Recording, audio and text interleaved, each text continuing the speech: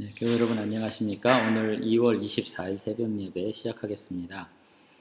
오늘 성경 말씀은 마태복음 5장 17절에서 20절까지 말씀인데요. 제가 봉독해 드리겠습니다. 내가 율법이나 선지자를 폐하러 온 줄로 생각하지 말라. 폐하러 온 것이 아니요 완전하게 하려 함이라. 진실로 너희에게 이르노니 천지가 없어지기 전에는 율법의 1.1획도 결코 없어지지 아니하고 다 이루리라. 그러므로 누구든지 이 계명 중에 지극히 작은 것 하나라도 버리고 또 그같이 사람을 가르치는 자는 천국에서 지극히 작다 일컬음을 받을 것이요 누구든지 이를 행하며 가르치는 자는 천국에서 크다 일컬음을 받으리라. 내가 너희에게 이르노니 너희 의가 서기관과 바리새인보다 더 낫지 못하면 결단코 천국에 들어가지 못하리라. 아멘. 오늘은 이제 예수님과 율법과의 관계 그런 제목으로 말씀을 좀 나누려고 그러는데요. 오늘 같은 본문이 이제 설교하고 가르치기에 참 어려움이 많은 본문이에요. 왜냐하면은 자세히 말하자니 복잡하고 또 그렇게 자세히 설명하고 나눴는데 그 결과로서 얻어지는 유익을 우리가 가늠할 때 어떤 마음의 감동이나 뭐 큰 기쁨, 위로가 되는 구절이 아니거든요. 아, 그런 거였어? 그리고 뭐 이해할 수는 있지만 당장 나의 삶의 피부에 딱 와닿게 이거 정말 은혜롭구나 그럴 수 있는 본문이 아니기 때문에 이런 본문을 접할 때마다 굳이 이거 해야 되나 그런 생각이 들면서도 성경을 쭉 맥락을 따라 읽어가는 데 있어서 이게 중요한 본문이기 때문에 건너가기가 참 어려운 것 같아요. 그러니까 우리가 이제 마태의 산상수훈, 그러니까 마태복음 5장, 6장, 7장이잖아요.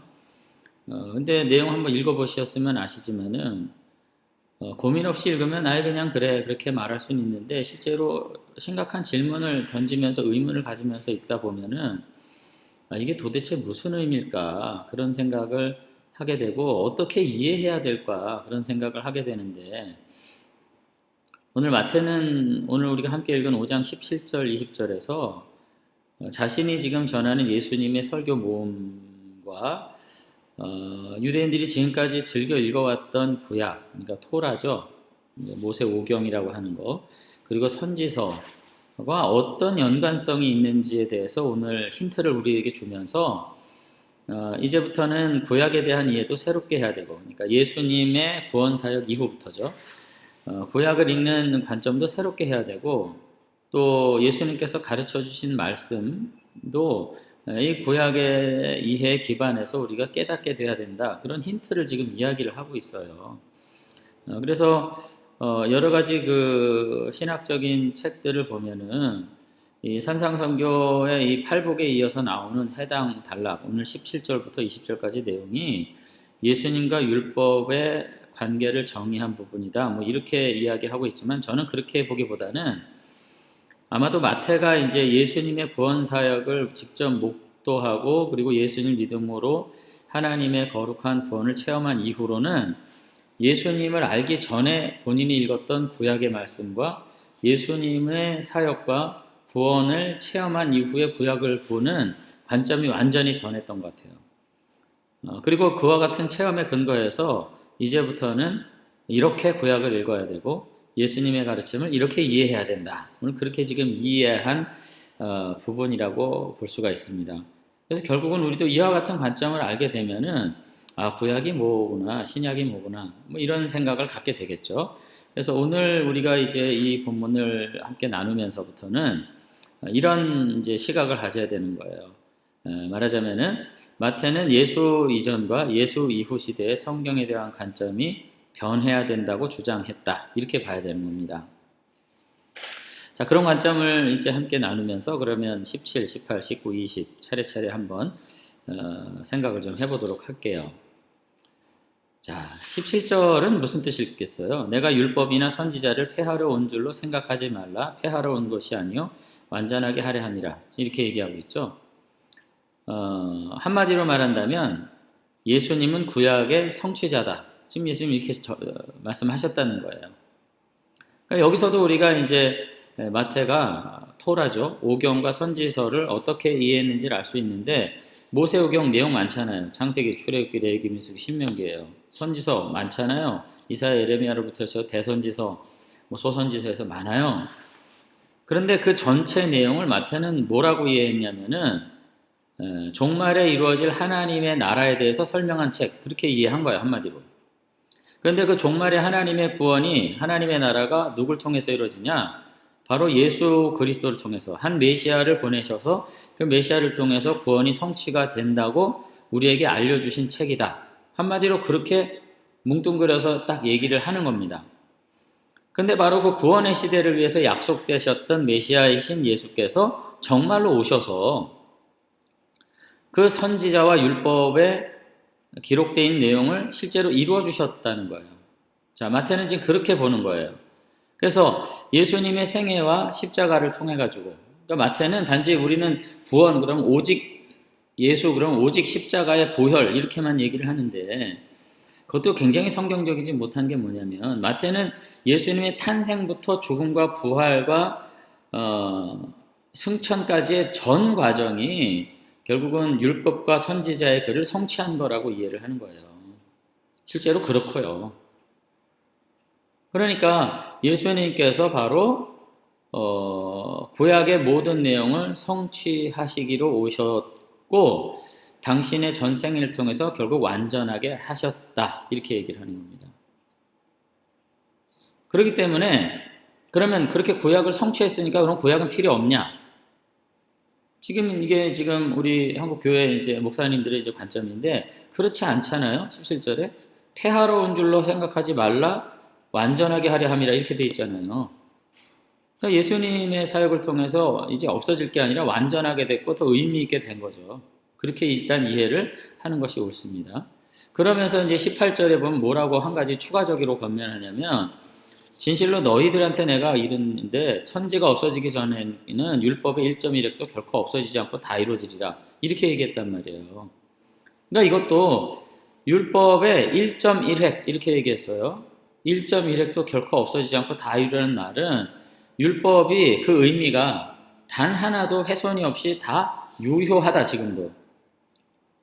더군다나 천지가 없어지기 전, 지금 우리가 살고 있는 이 시대에 정말 마지막 최후의 구원이 완전히 이루어질 때까지는 이거 다 성취해야 될 문장이고 하나도 불필요한 것이 없다, 지금 이렇게 이야기를 하고 있죠.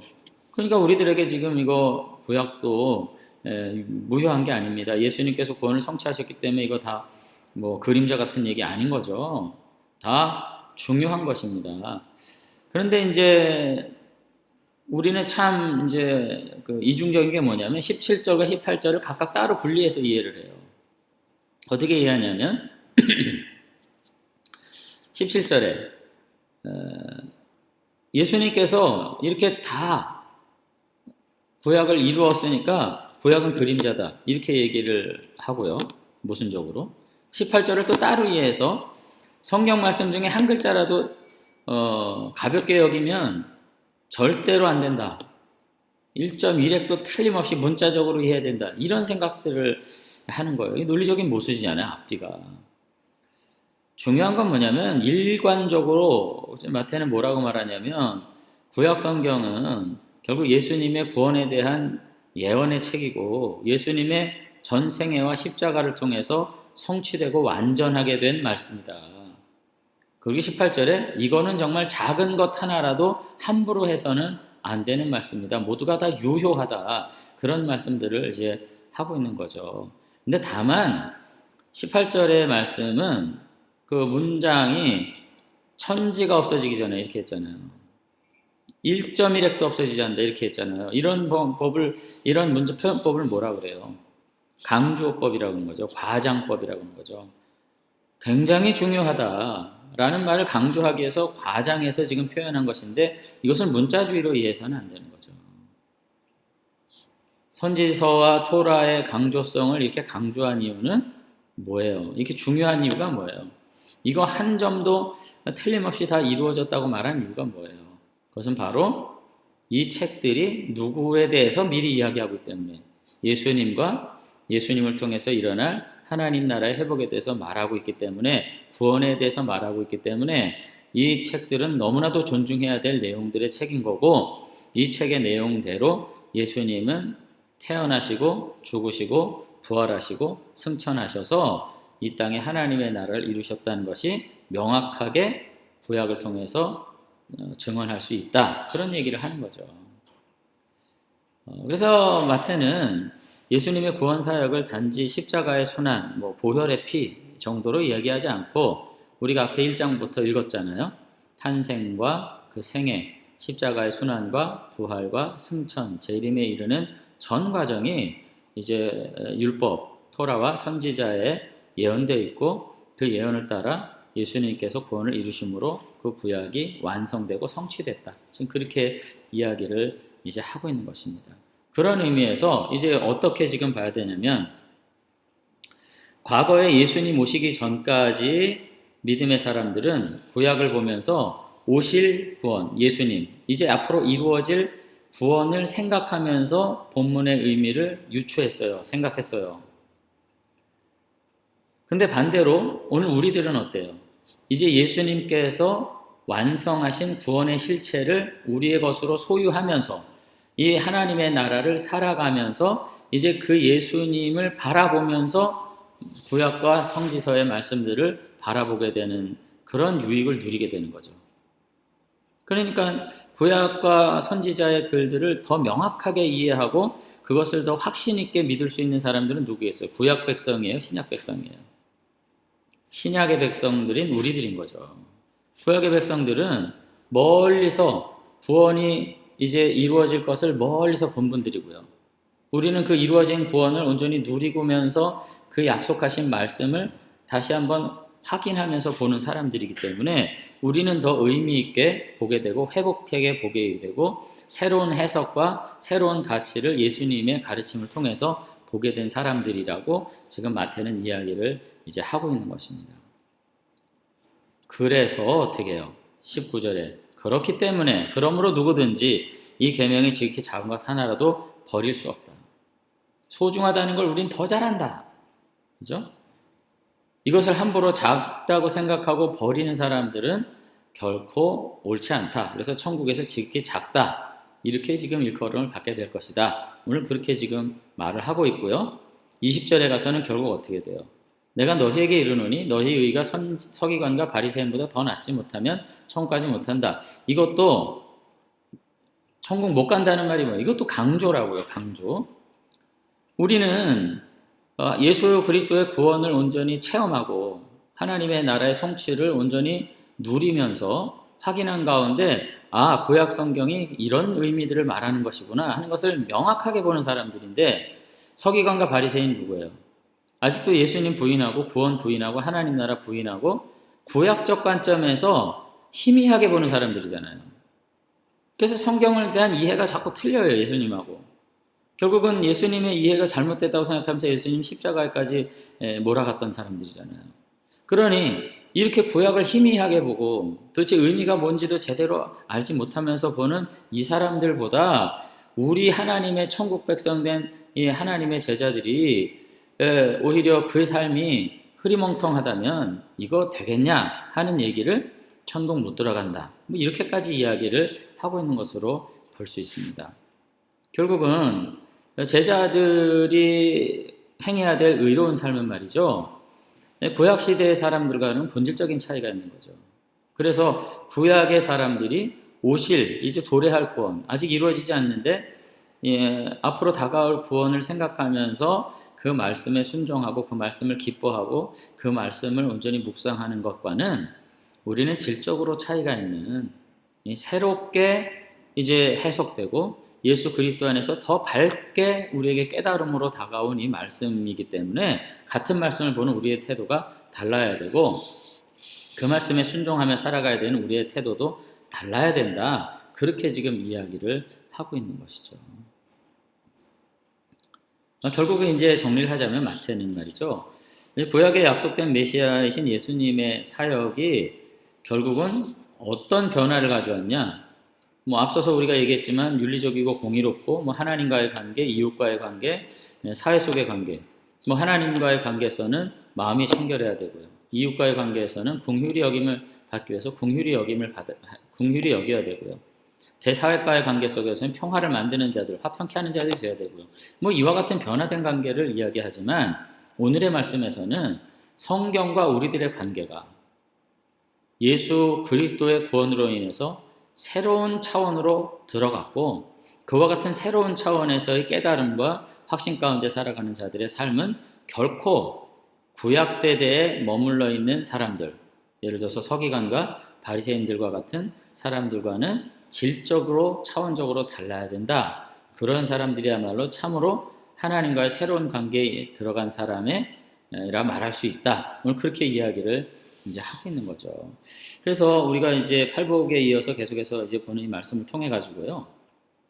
예수님과의 새로운 관계 속에서 살게 됨으로써 우리가 구원에 들어가게 되고 또 하나님과는 정결한 사람으로 이웃과는 긍휼한 사람들로 대사회는 평화를 성취하는 사람들로 의를 위해서 핍박받는 그리스도와의 관계 속에 살아가는 사람들로 살아갈 뿐만 아니라 이 말씀에 대한 우리들의 생각도 이제는 달라져야 되고 새로운 관계에 들어가게 되었으니 내가 이제부터 준비한 예수님의 말씀들을 잘 읽고 이와 같은 깨달음의 예시를 따라 남은 말씀들도 너희들이 잘 이해하고 순종하길 바란다. 뭐 이런 말씀을 오늘 마태복음 5장 17절부터 20절까지 하고 있다는 것을 우리가 알 수 있습니다. 그래서 우리가 정말로 하나님의 말씀에 대해서 다시 한번 예수 그리스도의 빛으로 우리가 함께 조명하고 읽는 가운데 이 말씀이 우리의 삶 속에 진리로 역사하도록 그래서 이 진리를 붙들고 이 세상을 빛처럼 소금과 같이 영향력을 미치는 사람들로 살아가는 그와 같은 놀라운 은혜들을 누릴 수 있었으면 좋겠습니다. 이것이 마태가 전하는 예수님의 간절한 소망이었던 거죠. 그래서 우리들이 말씀을 다시 한번 성경을 우리가 묵상하며 읽고 나아가는 가운데 신구약 모두를 우리가 예수 그리스도의 구원의 빛 아래 새롭게 바라보면서 이 시대를 살아갈 하나님의 거룩한 명령으로 법으로 우리가 함께 순종하면서 정말로 하나님 기뻐하시는 그리고 우리의 삶에 정말 놀라운 샬롬의 평화의 역사들을 누리게 되는 복된 삶 살아갈 수 있었으면 좋겠습니다. 한번 기도하겠습니다. 하나님 아버지 오늘도 예수 그리스도가 없이 우리의 삶을 생각할 수 없고 이 사회를 생각할 수 없고 이웃을 생각할 수 없고 가정을 생각할 수 없고 나 자신을 생각할 수 없다는 이 마태의 고백이 정말로 얼마나 깊은 묵상과 체험의 결과인가 하는 것을 우리가 바라보게 됩니다. 마태는 역시 성경 말씀을 대할 때도 예수 그리스도의 구원 사역 없이 이 성경을 생각할 수조차 없다고 하는 이 거룩한 믿음을 가지고 말씀을 대했던 것을 봅니다. 오늘 우리들도 다시금 하나님의 말씀을 더욱 가깝게 더 곁에 두고 마음밭에 새기고 우리 마음으로 사랑하고 온전히 간직한 가운데 이 시대를 정말로 새로운 하나님의 명령을 따라 살아가게 되는 참백성 되도록 은혜 베풀어 주시옵소서. 그래서 우리 모두가 정말 하나님께서 기대하시는 마지막 때에 참으로 보이는 믿음의 사람들, 보이는 헌신의 사람들, 보이는 충성의 사람들 되게 하셔서 이 시대를 하나님의 소유로 온전히 되돌리는 거룩한 사역에 부름받은 자들로 승리할 수 있도록 축복해 주시옵소서. 아버지 하나님 오늘 하루도 믿음 안에서 우리를 복되게 인도해 주실 줄로 믿사옵고 예수님 이름으로 기도드리옵나이다. 아멘. 오늘 하루도 주 안에서 평안하시기를 기도드리겠습니다. 감사합니다.